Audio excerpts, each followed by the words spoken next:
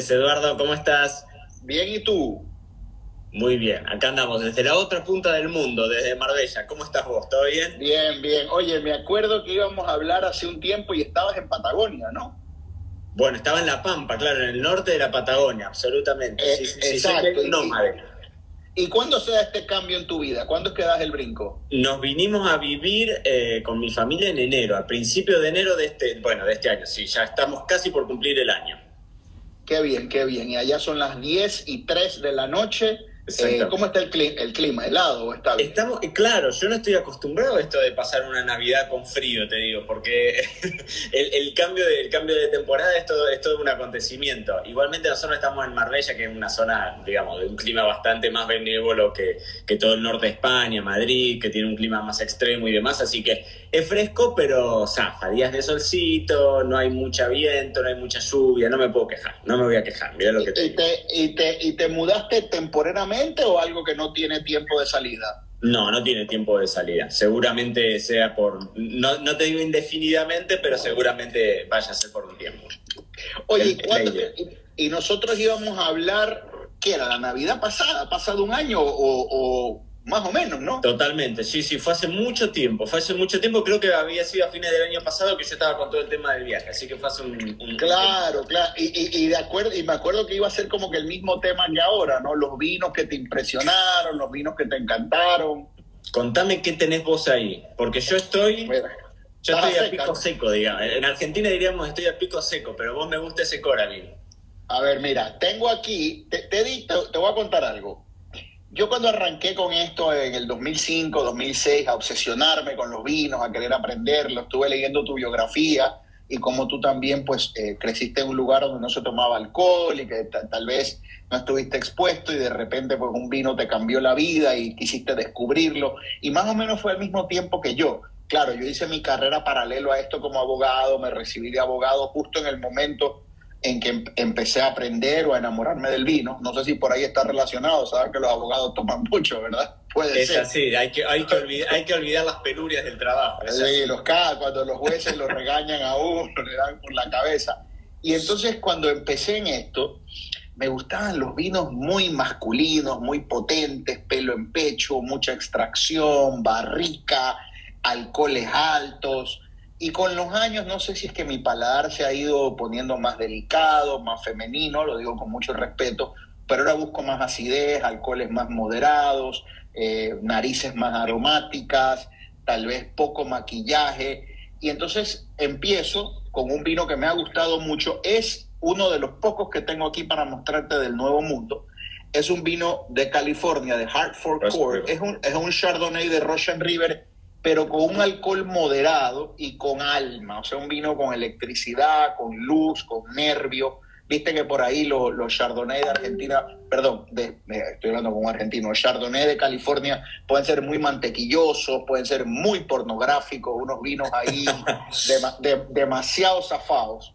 Pues este vino, si tú lo catas a ciegas, pensarías Borgoña o tal vez pensarías algún Chardonnay de Australia sin barrica. Está muy, muy interesante, está muy chévere. Te diría que esa es tal vez la primera nota que te quiero dejar en la charla. Chardonnay, pero que sean elegantes más que potentes, más que poderosos. Por ahí, si quieres arrancar con algún blanco, alguna región, una uva que te haya a ti Bueno, enamorado.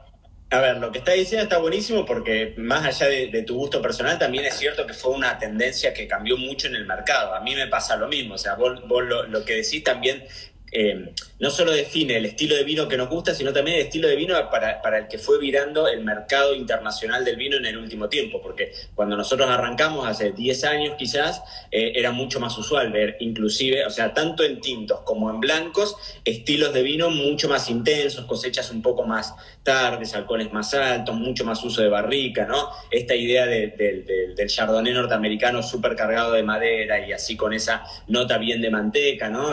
Inclusive en algún momento tuvo toda esa contra, ¿no? Del anything but Chardonnay, o sea, cualquier cosa menos ese Chardonnay, que es una cosa así como... Y vamos a buscar por el otro lado esto que vos decís, vinos mucho más frescos, quizás de cosechas un poquitito más tempranas, un uso de madera mucho más racional, vinos que vos los tomes y te tomes la botella entera y que no te afecte del todo. Bueno, creo que eso es una tendencia muy marcada en todos lados. En Argentina la realidad es que también en el último tiempo, te diría en los últimos 4 o 5 años, el estilo de vino argentino también cambió mucho, y Argentina puntualmente es un país que, más allá de que internamente tiene un buen consumo per cápita, también es un mercado que exporta mucho. Entonces, mucho del vino que se hace en la Argentina también se hace pensando en el consumidor internacional. Entonces, alguna cuestión ahí te tira de que ese también es el estilo que se valora afuera, ¿no?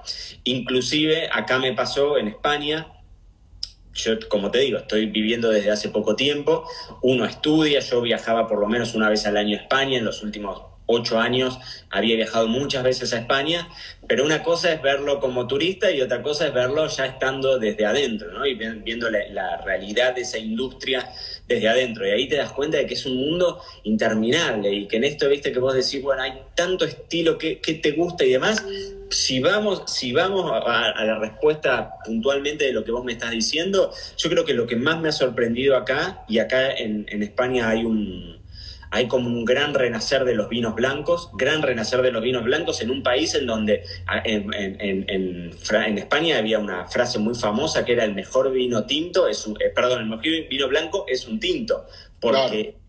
O sea, España tierra de tinto. Es lo mismo que pasaba con Argentina, ¿no? Y hoy se habla mucho de los Riojas blancos. Y si yo te tengo que decir... Oye, y pasa en Puerto Rico, hermano, porque Puerto Rico hasta el 1898 era una provincia de ultramar de España. Acá hace un calor de locos. En Argentina, claro, obviamente hay su época de frío y es para tomar tinto. Pero acá, loco, toda la gente toma tinto. Puedes estar en la playa cayéndote la gota de sudor y la gente, dame un Ribera del Duero, dame un Ribera del Duero. Claro, totalmente. Bueno, en Argentina también pasaba eso, ¿no? O sea, también en Argentina creo yo que tiene mucho que ver con nuestra gastronomía. Argentina tiene una gastronomía bien carnívora, entonces, bueno, también hay cierto vínculo. Acá en España quizás no, acá tenemos una gastronomía mucho más plural, tenemos mucha más carne de ave, tenemos mucho pescado, mucho fruto de mar, entonces eso también juega un poco a invitarte al vino blanco. Pero te iba a decir un estilo que a mí me llamó mucho la atención.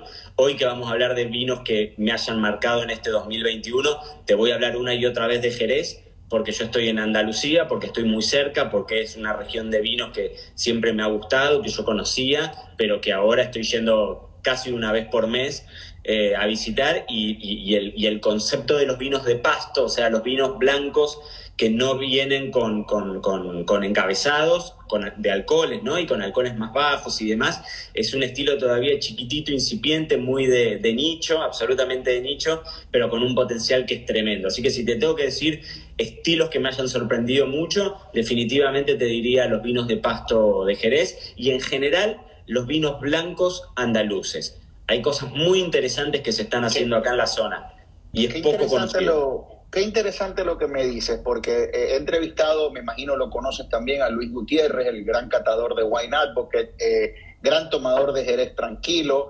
Esa nota oxidativa, esa reducción, esas nueces, esa nota de bollería, son espectaculares. Y entrevisté también a Madeleine Pouquet de Wine Folly, y me habló de los Sherry Still Wines, los que no son dessert, los que no son tardíos, ¿no? Claro. Y de uva palomino, supongo que me estás hablando de... La mayor parte es de palomino, pero hay un trabajo muy interesante de variedades de uva autóctonas, que de hecho recién ahora, seguramente no van a llegar a partir de este año, pero se estaba haciendo la aprobación dentro de los pliegos de la denominación de origen, dentro del Consejo Regulador, para empezar a incorporar variedades de uva autóctona que tradicionalmente se usaban y que después se dejaron por el trinomio tan famoso de Jerez, ¿no? En donde obviamente la palomino es como la uva madre. Pero también acá me pasa muy cerquita de donde yo vivo, en Málaga, en la zona de la Zarquía, que son zonas increíbles de viñedos. Se les llaman viñedos heroicos porque son viñedos que son descomunales, son pendientes súper verticales, muy difíciles imposibles de mecanizar y muy difíciles de vendimiar, ¿no? Con mulas, pero en una situación súper peligrosa, y hacen unos blancos espectaculares con variedades de uva tradicionales, autóctonas, que prácticamente no se conocen fuera de la región, y que hay bodegas. Vuelvo a lo mismo, ¿no? Son excepciones, son ejemplos chiquititos, pero que hacen unas cosas que realmente son descomunales. Así que hay mucho mercado, Eduardo. La verdad es que es un mercado tan grande y es un universo tan grande y tan divertido que uno nunca termina, viste, de encontrar y de descifrar todo. Y te pregunto, porque obviamente te mudas de un país productor de vino, conocido mundialmente, a otro país productor de vino conocido mundialmente. Y tal vez en Argentina conseguías un 90% de las etiquetas que veías en las tiendas eran vino argentino, tal vez no tenías tanto acceso, digamos, a vinos europeos, comúnmente, porque estoy seguro que tenías tiendas donde se conseguía, ¿no? Un país de primer mundo. Pero ahora en España te está pasando que tienes mucho vino español en las góndolas, o ves de Europa, de todas partes. Mira, esa es una realidad que pasa, te diría, con la única excepción de Estados Unidos, que es un gran país productor, pero por el otro lado también consume vinos de todo el mundo. La mayor parte de los países productores vas al supermercado y encontrás vinos de ese país, ¿no? Te pasa en Francia, te pasa en Italia, te pasa en Argentina, te pasa en Portugal, te pasa en España. Pero también hay una realidad que España está dentro de la Comunidad Europea, entonces tenés, sobre todo de viñedos cercanos, sobre todo de Francia y de Portugal, mucho vino. Y vas al supermercado y podés conseguir vinos alemanes y podés conseguir vinos argentinos, cosa que en Argentina es mucho más chiquitito, muchísimo más chiquitito el mercado internacional, y a veces lo que se consigue está muy sobrevaluado, ¿no? Hay mucha diferencia de precio a nivel, digamos, a nivel calidades. El vino argentino es muy competitivo en Argentina y quizás el vino importado no lo es tanto. Acá sí tenés un juego mucho mayor, es decir, es una cosa fenomenal, digamos, para el entrenamiento. Yo siempre digo que la única forma de aprender de vino es tomando vino, básicamente, y cuanta más diversidad tenés, cuanto más estilos distintos de vino vos podés tener, más fácil es ese aprendizaje. Entonces, bueno, cuando estás metido dentro de un mercado que tenés acceso a vinos de todo el mundo por el mismo nivel de precio, el juego se abre distinto. Así que sí, cambia un poco ese panorama. Vos vas al supermercado y sigue habiendo enorme mayoría de vino español, pero no es raro consumir vinos de afuera, de cualquier otro lugar del mundo, tanto en supermercado como en vinerías, ni hablar, pero en restauración también, ¿no? En restaurante también se consigue. Te hablo de otro vino que me ha gustado mucho y ahora también, aparte de que estoy ahora tratando de consumir vinos con menos alcohol, menos madera, menos extracción, definitivamente más alma y menos poder, ¿no? Menos volumen. También me estoy dejando llevar ahora por las historias de las personas que hacen los vinos. No sé si conoces a Aurelio García, que hace estos vinos en Gredos, un gran enólogo. Esto es una garnacha de Gredos, muy fresca, muy afrancesada en el buen sentido, o sea, muy aborgoñada tal vez, con mucha tierra, con un ataque que es más de suelo que de fruta. Me está gustando mucho esta interpretación de la garnacha, porque por ejemplo acá, por lo menos en Puerto Rico, las garnachas de las otras regiones de España, Campo de Borja, Calatayud, eran más golosas, más intensas, más poderosas. Obviamente también recibimos algo de garnacha de Francia, el mejor ejemplo Châteauneuf-du-Pape, pero ya ahí entran otras uvas en juego. Me está gustando lo que está haciendo la Sierra de Gredos con la garnacha, y estoy tomando un vino que tiene mucha sanguinidad, salinidad, mucha nota como terrosa, muy versátil gastronómicamente, así que brindo contigo. Vamos entrando un poco a los tintos. Ajá, dime. Dale, no, que te iba a decir, lo que estás diciendo está genial, la realidad es que sí, Sierra de Gredos está haciendo unas cosas muy buenas. La garnacha, te diría que de todas las variedades de uva, mirá que acá es difícil competirle a la Tempranillo, pero la garnacha tiene una versatilidad tan grande, y la realidad es que podés encontrar estilos de garnacha tan distintos, y podés encontrar garnachas que son bombas nucleares súper estructuradas, alcoholes altos, mucho color, y podés encontrar garnachas mucho más livianas. Hay como un abanico y dos extremos muy distintos. Garnachas en Argentina, por ejemplo, en el último tiempo han salido varias, y te diría que la mayor parte de las garnachas argentinas, creo que todas, por lo menos lo que se me viene ahora a la mente, son garnachas en ese mismo sentido de la que estás tomando vos ahora, ¿no? Muy livianas, color muy delicado, o sea, translúcido, la extracción, totalmente. Y bueno, y acá tenés cosas muy interesantes. La realidad es que sí, que ese mismo estilo, no sé, habrás probado, acá se está empezando a hablar, o no se está empezando a hablar, porque es una región que ya tiene su lugar bien ganado, ¿no? Pero las Mencías del Bierzo, sí. o sea, zonas frescas con ese clima así como medio, digamos, bueno, toda la zona de Galicia, esas regiones más bien frías y demás, para una tierra con clima muy mediterráneo como es España, ¿no? Y clima de calor. Nosotros acá estamos, vivimos con calor.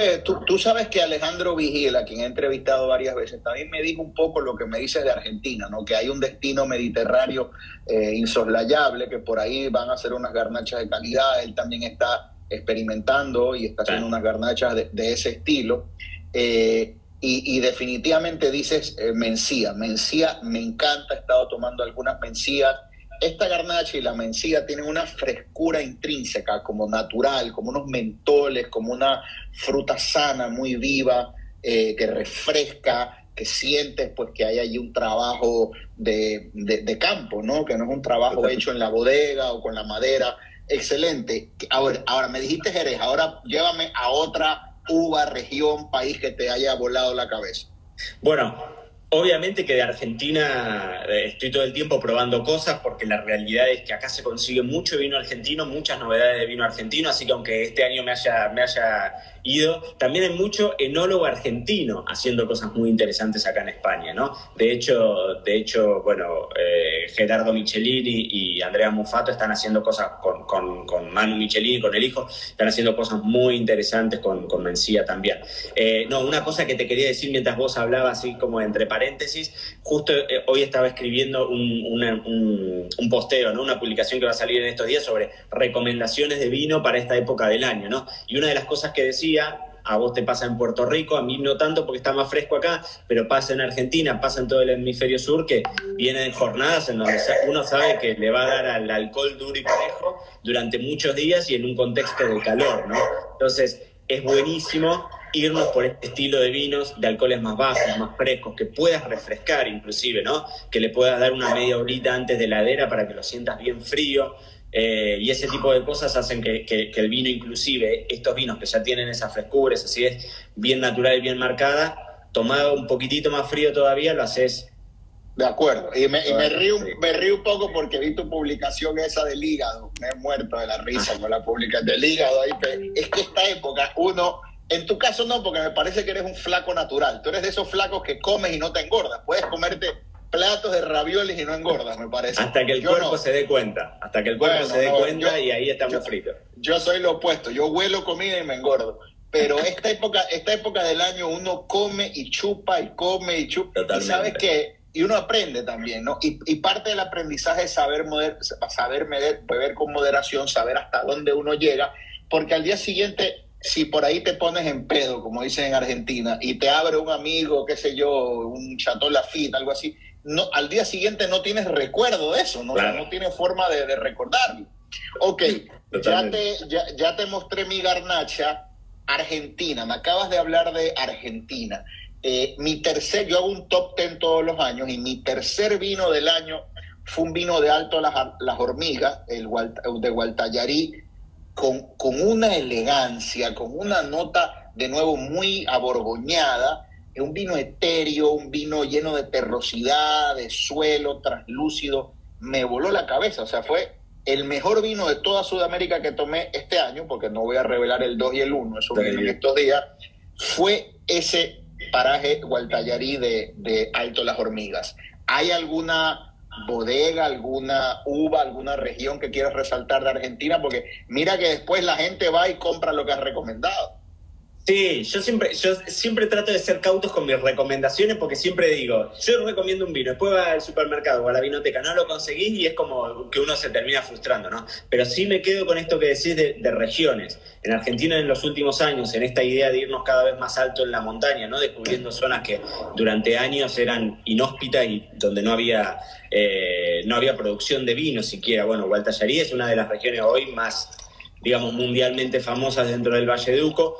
En general dan este estilo de vinos. De hecho, te diría que los vinos mejor puntuados por la prensa internacional en los últimos años de Argentina vienen de Gualtallarí, porque tienen esta característica de de viñedo extremo, hay mucho calcáreo, bueno, son cosas un poco más técnicas y demás, pero la realidad es que se han puesto dentro de la región proyectos muy interesantes, quizás Catena Zapata, bueno, Rutini, los Michelini que estaba hablando, bueno, Alto Las Hormigas, ni hablar, pero hay muchísimo proyecto con cosas muy interesantes. Susana Balbo, que tiene unos vinos descomunales en esa zona.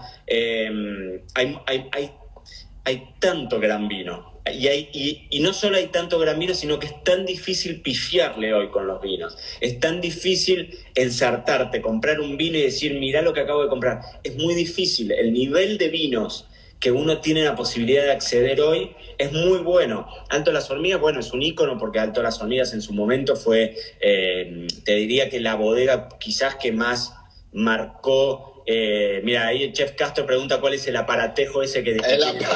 El aparatejo, mira, este aparatejo es el mejor invento desde el pan slice. Este es el Coravin, básicamente con una aguja, la insertas aquí, te sirves un vino y mira, está cerrado. O sea, la botella tiene una simple hendidura o un huequito por donde sacas el vino. Es una maravilla. Esto me da el pie forzado para el tercer vino que te voy a mostrar. Un país que amo. Para que les hacemos la aclaración. El aire que se pierde se reemplaza, ahí tiene como unas pequeñas cápsulas, creo que es argón, es algún gas inerte, claro. Entonces vos lo que podés hacer es pincharlo, te tomás una copa de ese vino y lo podés dejar años y ese vino va a estar espectacular por los siglos de los siglos. Entonces está muy bueno porque como sistema para probar de a copas vinos que lo justifiquen, ¿no? Vinos caros y demás, es un gran sistema. Es un chiche, así como para el vinero, para el bebedor cereal, es un chiche, pero sirve. Perdón, Eduardo, ahora sí. Es una maravilla. Bueno, un país que amo, Italia. La comida, el fútbol, la moda, todo, la literatura, el arte. Y estoy ahora redescubriendo tal vez esa Italia, no quiero decir olvidada, pero sabes que los reyes han sido por mucho tiempo pues el Piemonte con sus Barolo, por supuesto la zona de Toscana con los Brunello, los Chianti. Tienes ahora pues otras regiones que van emergiendo por ahí, los vinos del sur, de Etna, esos vinos volcánicos. También tienes pues en el Véneto, los Amarone. Pero estoy buscando muchas regiones tal vez no tan conocidas, no tan famosas de Italia, tomando mucho vino blanco, sin barrica, con buena acidez, con uvas autóctonas de Italia. Y he tomado un vino que me ha encantado, que te lo recomiendo, de la zona de Abruzzo. Busca esta bodega, Torre Sambra, no sé si la conoces. Villa Magna, maravilloso. Es un vino, por supuesto, tinto, un Montepulciano, pero es un vino que tiene hasta notas cítricas tardías, un tinto con mucha hierba, mucha frescura en nariz, tiene su estructura, tiene sus buenos taninos presentes, tiene su salinidad, su mineralidad. Es un vino con identidad, no es un vino que quiere parecerse a otro, ¿no? Es un vino que te pone a pensar, viste que por ahí vas a una fiesta y pruebas mucho Malbec, mucho Cabernet, pero de repente al día siguiente, con la lengua seca, que te acuerdas la noche anterior, dices, pucha, ese vino a la etiqueta italiana era distinto, por ahí era distinto. Y esta es una bodega que tiene muchos años, Torre Sambra, de Abruzzo, muy, muy lindo. Amo los vinos italianos y me quedo un poco con, esto es uno de los regalos del 2021, buscar zonas tal vez no tan conocidas de países que tienen muchos años haciendo vino. Tengo mucho para decir de todo eso, pero y me voy a meter en un terreno delicado y complicado, ¿no? Pero sí te podría decir que en este año, viendo desde adentro cómo es el funcionamiento de la Europa tradicional, ¿no? Vengo hace una semana, estuve en Burdeos, ¿no? Haciendo visita realmente a viñedos excepcionales. Hay una realidad que no nos pasa a los que venimos acostumbrados a un mercado internacional del Nuevo Mundo, ¿no? En donde la región vitivinícola no es tan definitoria como el potencial varietal, ¿no? Pero la realidad es que en Europa, vos las regiones más clásicas, Jerez, Burdeos, Rioja, Champán, o sea, de a montones, e inclusive en Italia, tenés los consejos reguladores, ¿no? O sea, tenés un grupo de muchachos que se sientan así, cruzan brazos y dicen, este es el estilo del vino que vamos a hacer. Entonces eso delimita un montón innovación, la posibilidad de probar cosas distintas, y también deja en muchos casos, pero no por responsabilidad de la denominación de origen, sino por responsabilidad del propio productor, de estar en un lugar cómodo, de decir, yo sigo haciendo esto, ¿no? Sigo haciendo esto porque lo hacían mis abuelos, lo hacían mis padres y lo hacían mis antepasados de los antepasados.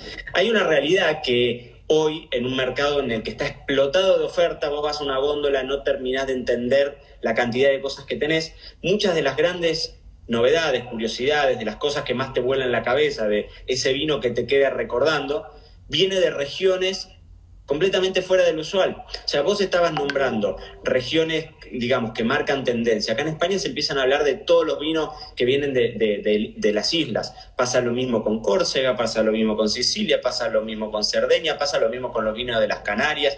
Es decir, hay como una tendencia a buscar cosas exóticas, por un lado, porque tienen esta realidad de que es exótico, entonces apuntan a un nicho, pero por el otro lado también es donde se gestan muchos de los proyectos que son más disruptivos, si se quiere, ¿no? De los que hacen cosas más fuera del usual. E inclusive en lugares muy tradicionales, o sea, a mí me pasó en Chateaubriand la semana pasada, uno de los grandes vinos de Burdeos. Qué lindo es el blanco, el Chateaubriand Blanc. Increíble. Y bueno, ojo con todos los blancos de Burdeos, y yo me quedé pasmado. Si te tendría que decir un único vino que me sorprendió y que no lo había probado nunca, fue el Y, el vino blanco seco de Chateau de Caz. Sí, es una locura. Y hablando de blancos de Burdeos, tomé el Mendel Semillón, me volví loco. Hace 5 días lo tomé. Era como apagar un fósforo en la boca. La mineralidad que tenía era impresionante. Es uno de los grandes blancos de Argentina. Bueno, y ahí De la Mota tiene una mano increíble. Increíble. Roberto es un grosso. Bueno, nada, y entonces te decía esto, me pasó en Chateaubriand, que yendo a la bodega, y digo Chateaubriand, pero me pasó con todo. Me pasó con todo. Estuvimos en Mouton, estuvimos en Cheval Blanc, o sea, en viñedos muy tradicionales, y en todos veías el patrón de que eran súper tradicionalistas y que recién ahora se estaban empezando a dar ese espacio, esa licencia de innovación, ¿no? O sea, vos ibas al tanque, a la nave de tanques, y te decían, bueno, este año hicimos la incorporación de tanques más chiquititos para empezar a vinificar por parcelas. Y claro, eso es algo que en Argentina, quizás que no tenés una regla, una legislación estricta en cuanto al concepto de la denominación de origen. Eso existe desde hace años. Y es usual decir, bueno, si en el viñedo ves diferencias, los vinificás por separado para ver qué pasa con esos vinos sacados de cada uno de los lotes distintos, ¿no? Y en lugares más tradicionales quizás no lo es tanto. ¿Por qué? Porque hay una realidad, que es que se viene haciendo así hace mucho tiempo, pero por el otro lado también tenés la realidad de que esos vinos se venden. No tenés que salir vos a venderlo, la gente te lo viene a comprar. Entonces eso también a vos como productor te pone en una situación de comodidad, si se quiere, que quizás hace que no tengas necesidad, interés o lo que sea en innovar. Bueno, esa es una tendencia también que yo te marcaría que viene como incipiente, porque lo veo en Jerez, lo vi hace menos de un mes en Rioja. Es decir, en las regiones tradicionales está empezando a haber este espacio para la innovación, porque creo yo que son conscientes de que o innovan o se lo lleva puesto el siglo XXI. Así te lo digo, o sea, con esa honestidad absoluta. ¿Fuiste a ver los vinos de Marcelo, que está haciendo ahí en la Violette? No este año no estuve, pero he estado con... De hecho, mi primera visita a Burdeos, lo que más recuerdo de mi primera visita a Burdeos fue un almuerzo con Marce, el Chateau Legay. En ese entonces me había abierto, nunca me puedo acordar el nombre, y en esa época no existía ni cámara de foto, no tenía nada. ¿De qué año me había abierto? Pero sí, eres un niño, Mariano. No, pero te digo, debe haber sido hace 15 años, ya hace bastante, no tenía arrugas, no tenía cana, era...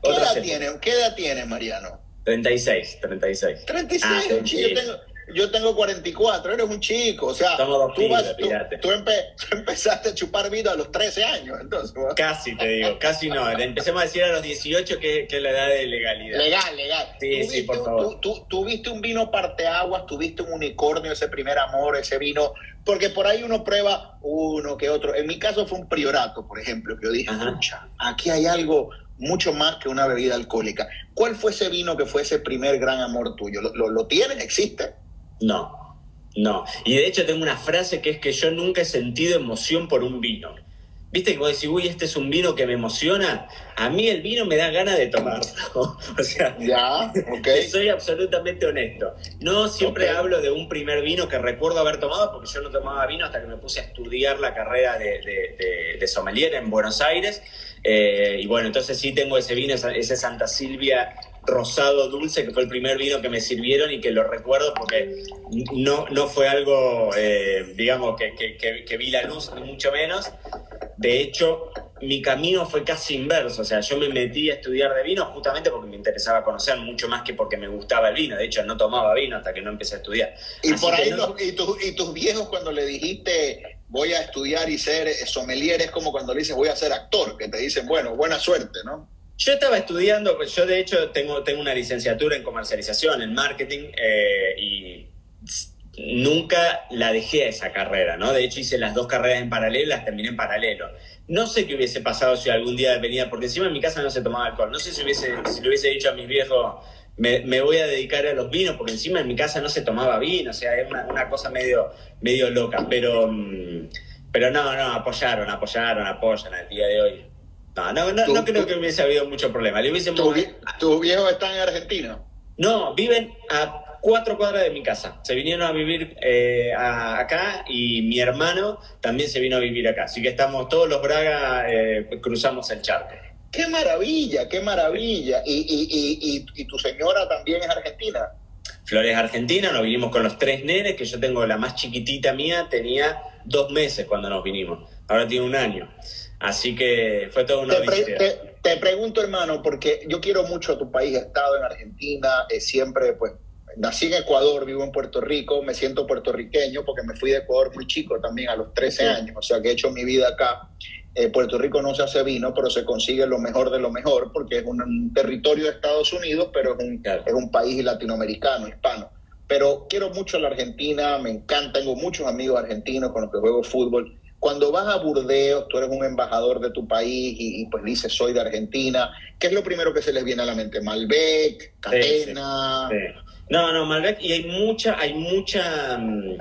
La realidad es que la industria del vino argentino es una bomba. Es decir, lo veía estando en Argentina y lo veo desde afuera, y es una industria absolutamente pujante que hace unos vinos descomunales de clase mundial desde hace muchos años. Es una industria súper seria y respetada. Puntualmente en España, desde lo que a mí me toca como argentino en España, no solo se nos valora muchísimo a los argentinos, sino que se nos quiere y se nos admira un montón. Y por eso te decía al principio que también hay mucho enólogo argentino haciendo cosas muy interesantes acá en España también, ¿no?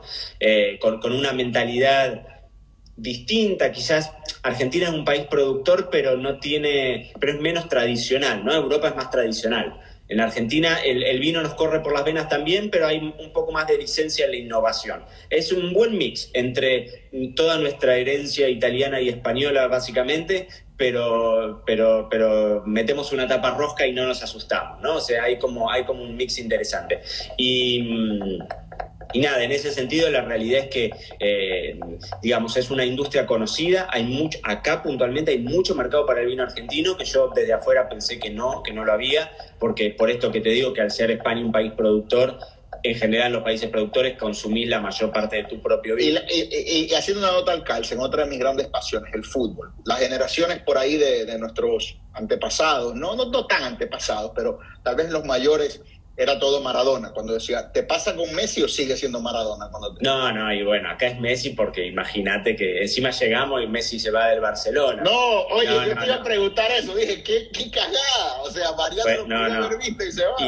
y hace 4 semanas que fuimos con Flora a París y estaba todo París empapelado con Messi. No, Messi es una insignia. Pero hay mucho, con todos, con el Kun, o sea, hay mucho vínculo. España y Argentina, la realidad es que para el argentino que se viene a vivir a España, no sé qué pasará al revés, ¿no? El español que se va a vivir a Argentina. Pero el argentino que se viene a vivir a España nunca siente un shock cultural. Porque la realidad es que somos parecidos, tenemos una gastronomía parecida, tenemos conductas parecidas, tenemos relaciones así humanas muy parecidas, así que hay como un vínculo muy...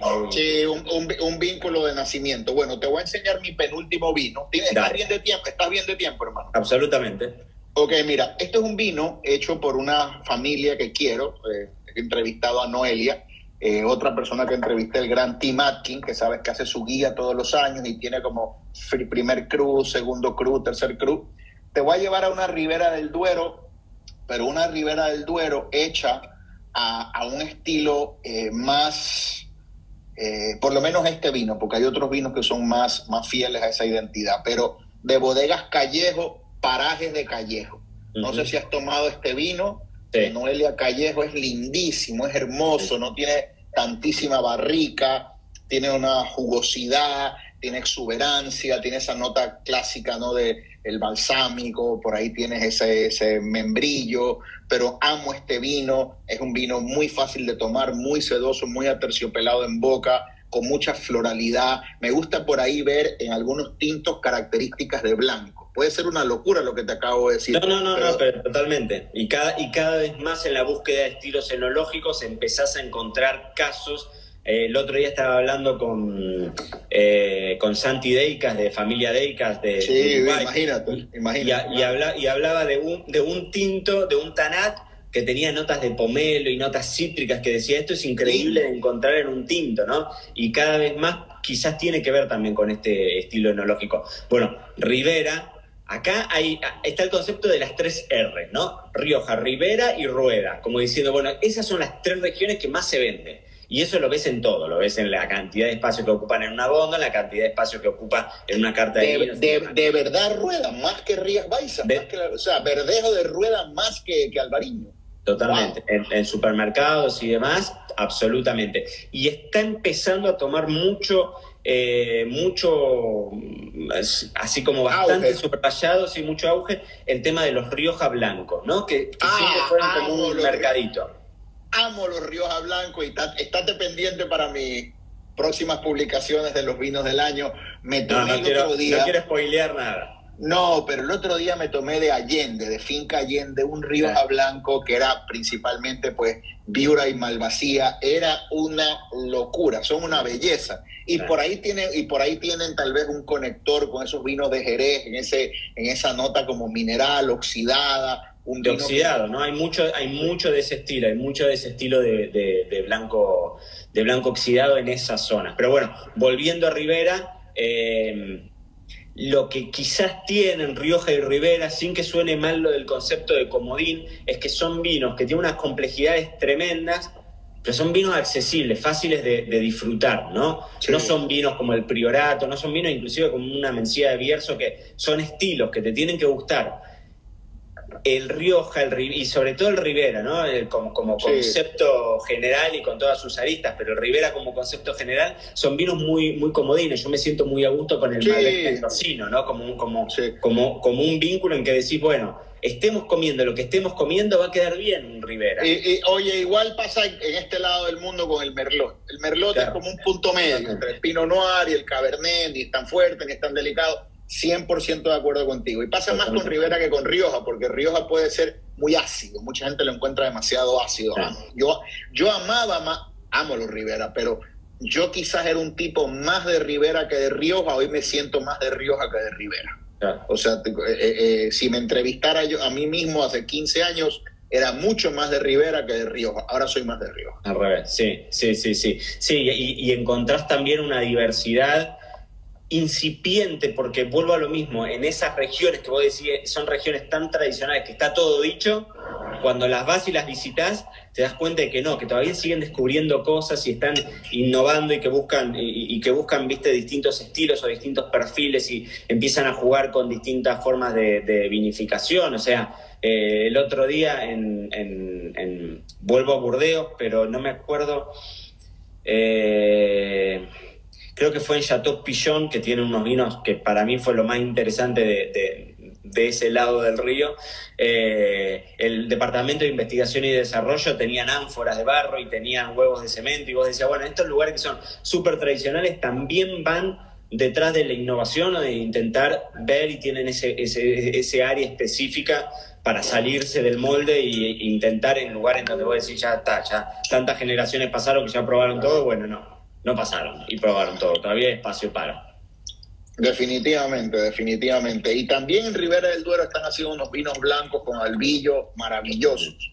Y si te fijas lo que hablábamos, y ya voy a mi último vino. Mira, Martín ahí nos dice, ¿ves? Tinto fino más el albillo mayor. Claro, sí, absolutamente.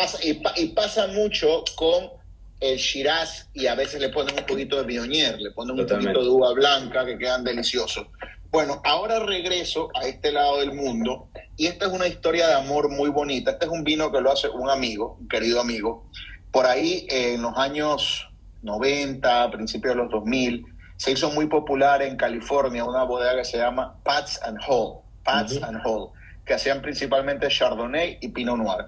Pues Donald Pats, uno de los socios fundadores, mi querido amigo, apostó al amor, y su mujer coreana, Jamie Lin, le dijo que ella se casaba con él o se iba a vivir a Estados Unidos si él hacía Cabernet, porque lo que ella tomaba era Cabernet.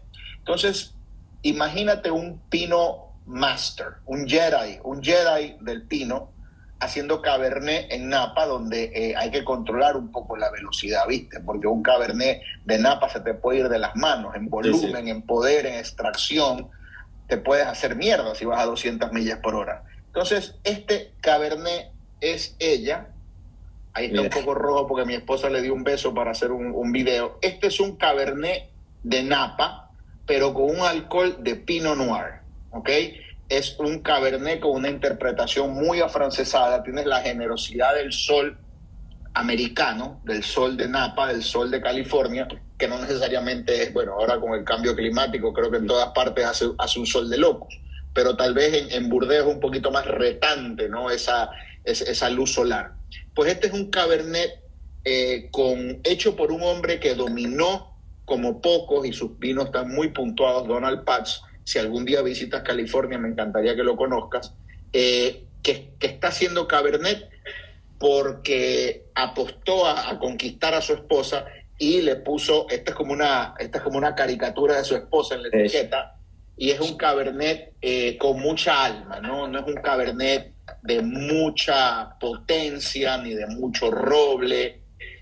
Es un Cabernet con pimienta, grafito, que tal vez ese primer ataque en nariz no es fruta, sino que pues es suelo, es tierra, identidad, que si lo pruebas por ahí a ciegas dices, chuta, ¿será Burdeos? No es Burdeos. ¿Será? Porque en Argentina hacen unos grandísimos Cabernet también, lindos Cabernet Sauvignon. Pues estoy pensando, por ejemplo, en el Nicolás Catena Zapata, que es principalmente Cabernet, es espectacular ese vino. ¿Qué región de Napa Valley? Me están preguntando acá. Pues mira, esto es de Calistoga, ¿ok?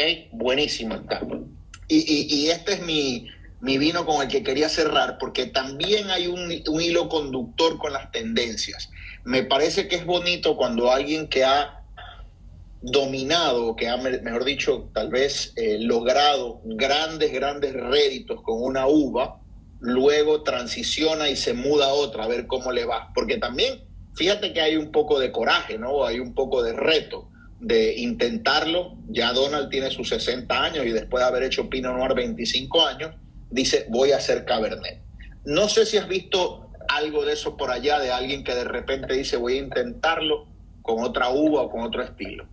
Bueno, Hay ejemplos siempre moldeados dentro del concepto de la denominación. Yo siempre en Jerez valoro muchísimo el laburo de Willy Pérez porque es un tipo que sale a defender las variedades de uva perdidas y demás en una región en donde se busca más la tradición. La realidad es que las denominaciones de origen muchas veces frenan esa posibilidad, ¿no? De hacer, es innovar en definitiva, ¿no? En general eso termina siendo frenado. Ahora, lo que es muy interesante en esto que vos contás, y como para hacer un resumen de todos los 5 vinos que vos probaste y los vinos que yo también fui contando, que para mí fueron, digamos, los resúmenes de cómo quedó el 2021, los que más nos significaron cosas en el 2021, creo que tiene que ver con estas historias que decías al principio, ¿no? O sea, el vino tomado sin toda la historia, todo el contexto, todo el saber el enólogo, la región, o lo que cuesta cosechar esas uvas, o el matrimonio y el Cabernet Sauvignon que viene a partir de ahí. Bueno, creo que eso también es algo que no se puede disociar del vino que vos estás bebiendo, ¿no? Y creo que mucho de esto tiene que ver. El otro día mis viejos justamente habían estado de viaje por las Canarias, ¿no? Entonces se fueron una semana, le dije, tráiganme todos los vinos que puedan, porque las Canarias... Baboso negro, te llevaron, claro. Baboso negro. Pero claro, te traen un listán prieto, ¿no? La criolla chica de Argentina. Y son variedades de uva que durante años eran vistas de reojo, eran variedades de uvas secundarias, eran variedades de uvas con las que no se consideraba que se podía llegar a ser un vino de alta calidad. Y hoy son vinos que están completamente en la cresta de la ola, como algo de tendencia, como algo que marca la agenda. Y creo que tiene que ver no solamente con que los vinos están buenos y con que siguen esta idea de que sean fáciles de beber, alcoholes más bajos y todo esto que hablábamos al principio, sino que por el otro lado también tiene una historia. Es decir, salen de unos lugares que son imposibles. En Tenerife se hacen viñedos, haciendo pozos dentro de toda la ceniza volcánica. Vos decís, acá no puede crecer nada. Entonces, cuando vos estás tomando esos vinos, también estás contando esa historia. Y creo que tiene mucho que ver con eso, ¿no? A veces uno intenta llevarlo a lo más racional posible el mundo del vino y tratar de juzgar esos descriptores aromáticos y demás. Y creo que todo es mucho más fácil de entender cuando entendés la historia y la parte sentimental, claro, que viene detrás, ¿no? A mí me encanta lo que tú dices de disfrutador. Y tengo un amigo que hace vinos en Rioja, Roberto Ijalba, de Bodega Santalba. Su padre estuvo mucho tiempo en Ramón Bilbao, que dice, en vez de abrir vinos, hablemos vino. Entonces cuando él me dice, vamos a abrir un vino, dice, vamos a hablar un vino. Y es sentarte con un pana, abrir una botella y conversarla. Es bonito, ¿no? Totalmente, y creo que eso es lo que tiene que ver, ¿no? Yo siempre cuento la anécdota de un periodista muy conocido de Argentina, una vez que yo le estaba haciendo una entrevista, ¿no? Un periodista y filósofo y pensador, y ¿no? Un tipo muy reflexivo, y me dice, mirá, yo sé que esto no te lo puedo decir a vos, pero la verdad es que el vino no es rico. El vino per se no es rico. Quizás es rico un vino dulce, pero el vino per se no es rico. Lo que hace rico al vino es todo lo que lo rodea.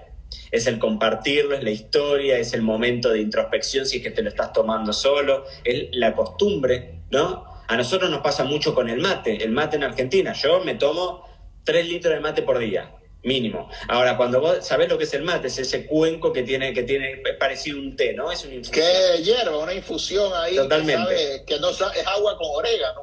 Bueno, totalmente. Cuando vos se lo das de probar a alguien que no nació en Argentina, en Uruguay, en Paraguay, que no está acostumbrado te mira con cara rara y dice, esto es una cosa intomable. Y a mí, yo no puedo sentarme a trabajar si no tengo mi mate. Y me tomo 3 litros de mate diario. Es decir, quizás el producto no es rico per se, sino que son sabores adquiridos que uno valora el contexto, ¿no? De hecho, se dice cebar el mate. No se dice me voy a servir un mate, cebar el mate, porque tiene que ver con toda esa tertulia. Bueno, creo que con el vino pasa algo también muy parecido.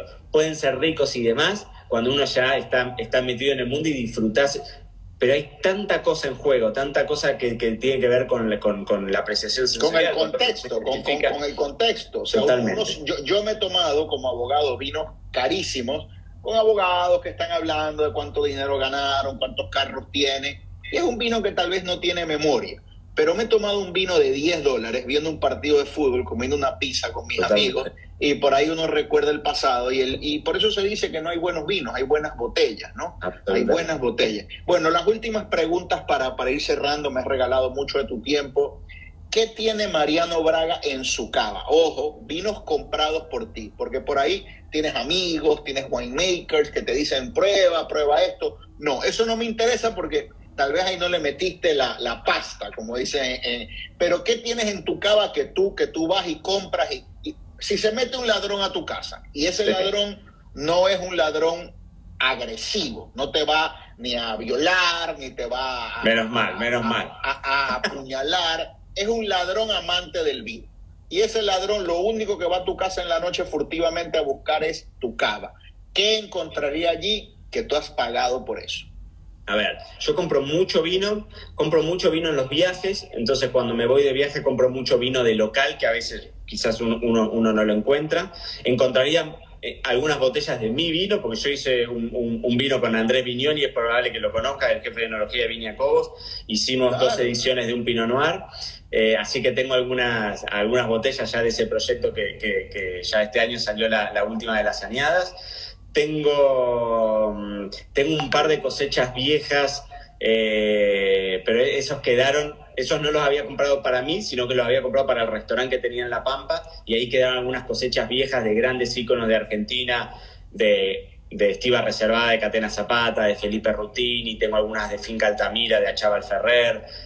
Achával Ferrer es una bodega que me gusta mucho. De hecho, un gran vino del 2021 fue el Merlot de Achával Ferrer, un vino de precio intermedio, y me parece un hallazgo. Los Merlot que está haciendo Achával Ferrer son impresionantes. Así que también encontrarían algo de eso. Ahora encontrarían mucho vino viejo de Jerez, porque en estos últimos... de Jerez y de Montilla. Estuve hace poquitito en Montilla. Montilla hacen unos vinos dulces espectaculares y tengo algunas cosas ahí muy interesantes. Y esta no la compré yo porque me la regalaron ahora en Burdeos, pero me regalaron en Chateau Canon, me regalaron una Magnum de Chateau Canon 1985, que fue el año en el que yo nací, y nació Flor también, así que los dos estuvimos en Chateau Canon. Nos regalaron una Magnum de ese año y la vamos a abrir este viernes para Navidad. Así que el ladrón venga después de que yo lo abra. Le pido, por favor, si nos está mirando, que nos aguante una semanita. 2 preguntas más, hermano, y cerramos. Una comercial y una más personal. No tan personal, pero un poco para conocer tu corazón y tu alma. La primera, así como le pregunté a Madeleine Pouquet, le dije, de aquí a 10 años, ¿de qué se estará hablando? Tú sabes que en los 2000 se habló del Pinot Noir, después de Sideways, y se habló mal como consecuencia de eso del Merlot. Luego tuvimos un tiempo la explosión del Malbec argentino, tal vez mediados, finales de los 90. Luego tuvimos la explosión cuando Pesquera dijeron que era el Petrus de la Ribera del Duero en los 90. Te pregunto, basado en tu muy prestigiosa carrera en la industria, en el 2031, 2032, que esperemos ya no haya COVID, ¿De qué crees que se estará hablando? ¿Qué país, qué región, qué uva, qué es lo nuevo que viene por ahí? Yo voy a agarrarte así y te voy a tirar de un ondazo, porque lo que te voy a decir no nos hace felices a ninguno de nosotros, pero creo que es lo que se viene y que nadie está viendo. Nosotros trabajamos en una industria que tiene una demanda negativa grande, es decir, el alcohol es algo que está condenado. Y creo que lo que se va a terminar hablando va a ser o del vino desalcoholizado. León, ya, tengo un perro con sed. Ya, León. Sí. Se llama León y es de este porte. Ajá, del alcohol, del vino desalcoholizado, de los vinos de baja gradación alcohólica. Yo creo que esa es una tendencia fuertísima que las bodegas todavía no están sabiendo ver del todo. Y esa creo que va a ser una tendencia muy fuerte. ¿Tú crees que viene por ahí tal vez quitarle la pasión al amor? O sea, quitarle el alcohol a los vinos. No, yo creo que siempre va a haber lugar para, pero no hay que subestimar las tendencias. Es decir, cuando nosotros hablamos de que el Malbec explotó, yo en mi casa en Argentina, el vino que terminé bebiendo era la consecuencia de esa explosión comercial. Es decir, a mí me terminó esa tendencia que estaba acá arriba, terminó bajando a mi casa. Y eso nos pasó a todos. Es decir, que nosotros ahora estemos hablando de vinos que tienen alcoholes más bajos, cosechas más tempranas, que sean más ácidos. O sea, es una tendencia. Esa tendencia, yo estoy convencido que se va a radicalizar, porque en gastronomía lo estamos viendo, que se está radicalizando. O sea, hay cada vez más tendencia a las dietas más abiertas, ¿no? O sea, a las intolerancias, a comer o Sí, no. te entiendo perfectamente y es muy brillante lo que dices y muy visionario. O sea, que estamos hablando tal vez de un mundo donde los tintos tengan alcoholes de blancos, 9, 10%, tal vez vinos con el alcohol de una cerveza, ¿no? Que por ahí tiene 7, 8%. El desafío va a estar en verlo. No sé si vamos a llegarlo a ver, no sé si lo vamos a llegar a ver, pero yo creo que esa va a ser una tendencia muy, muy, muy fuerte. De hecho, en la Argentina hay un par de bodegas que están empezando a hacer vinos que en la etiqueta misma te aclaran que son vinos de alcoholes bajos. No es casual de que en regiones tradicionales como Jerez vayan buscando ir a alcoholes más bajos, o sea, lugares que naturalmente hacen vino de 15 de alcohol para arriba están empezando a bajar, y eso yo creo que tiene mucho que ver con una búsqueda del bodeguero, pero que definitivamente tiene que ver con una búsqueda del consumidor. Así que eso en algún momento lo vamos a ver. Última pregunta. Mariano Braga, te dicen, te puedes tomar una botella de vino con cualquier ser de la historia, vivo o muerto. Me puedes decir Calígula o me puedes decir Lionel Messi. Y te puedes tomar una botella de vino con esa persona. Me tienes que decir, tal vez no marca, pero dime uva y región. ¿Con quién sería y qué vino llevarías a ese encuentro? Y tienes una hora para conversar con esa persona. ¿Quién sería y qué vino llevarías? Mira, el otro día me hicieron esa pregunta. Vos sabés que yo No, te la hicieron. Es una pregunta Miss Universo. No, y te la voy a responder porque la verdad es que yo tenía un podcast, este año lanzamos un podcast en donde tuvimos un par de entrevistados muy, muy, muy, muy lindos, y a todos terminaba haciéndole una pregunta más o menos parecida, ¿no? Pero nunca me la habían hecho a mí. Me la hicieron a mí, te digo la verdad, hace poquitito. Y en un Pero podcast contéstame otra cosa, por ahí, no sé, por ser político. No, pará, porque te voy a responder esta, porque salió en un podcast, no salió en un vivo por acá en Instagram. Yo tengo un único vino, ¿viste cómo me decía en la cava qué vinos tenés guardados? Yo tengo muchos vinos guardados, pero que son aleatorios, o sea, no tengo vinos que guardo y que digo, los guardo para dentro de 30 años, no, ninguno, yo los guardo un tiempito. ¿Tienes algún vino, si vienen las amigas de Flor y se lo toman, te cabreas por ahí, no te tomes eso, o casi todos ella se los puede tomar? Casi todo. Sí, yo te diría que todas. Si me convidan a mí, se puede tomar cualquiera. Olvídate. Eso ahí no hay problema. Pero tengo un único vino que tiene un objetivo, que es el Estiva Reservada de Catena Zapata 1997, que es una de las primeras añadas. Yo he tomado muchísimas veces ese vino, pero esa botella particular, yo tengo 3 hijos, el nene mío más grande, Mateo, que tiene 9 años, nació con muchas discapacidades y demás, y fue el único vino que yo dije, este es el vino que me voy a guardar para cuando Mateo camine, ¿no? Mateo tiene 9 años, no camina, es probable que no camine tampoco, pero si tenemos la posibilidad de armar un mundo así idílico en una situación, me lo tomaría con Mateo, hablando esa hora, le sacaría jugo porque sueño con la voz que tenga Mateo, y esa sería. Yo no tengo ídolos, no idealizo mucho eso, pero el único vino que tengo guardado es para esa situación, así que si tengo que elegir un vino es para tomármelo con Mateo algún día, porque esa Estiva Reservada está ahí esperando. Vamos a ver qué pasa. Yo no Qué quiero... belleza. Qué belleza de contestación, de eso está hecho la vida, ¿no? Igual el ciclo de maduración de la uva, de esperanza, de fe, y de que al final sea un producto que da alegría, placer y eternidad. Gracias, Mariano, se nos fue la hora. He gozado muchísimo. Sabes que tienes un amigo acá en Puerto Rico. No sé si has conocido acá el Caribe. Sí, hace muchos años que no voy a Puerto Rico, pero he ido 2 veces a Puerto Rico. Una tierra maravillosa, ¿qué te voy a decir? Así que en cualquier momento nos vemos con una zunga, tomando un vino en alguna playa. ¿Por qué no? Un abrazo, hermano. Cuídate mucho, que estés bien.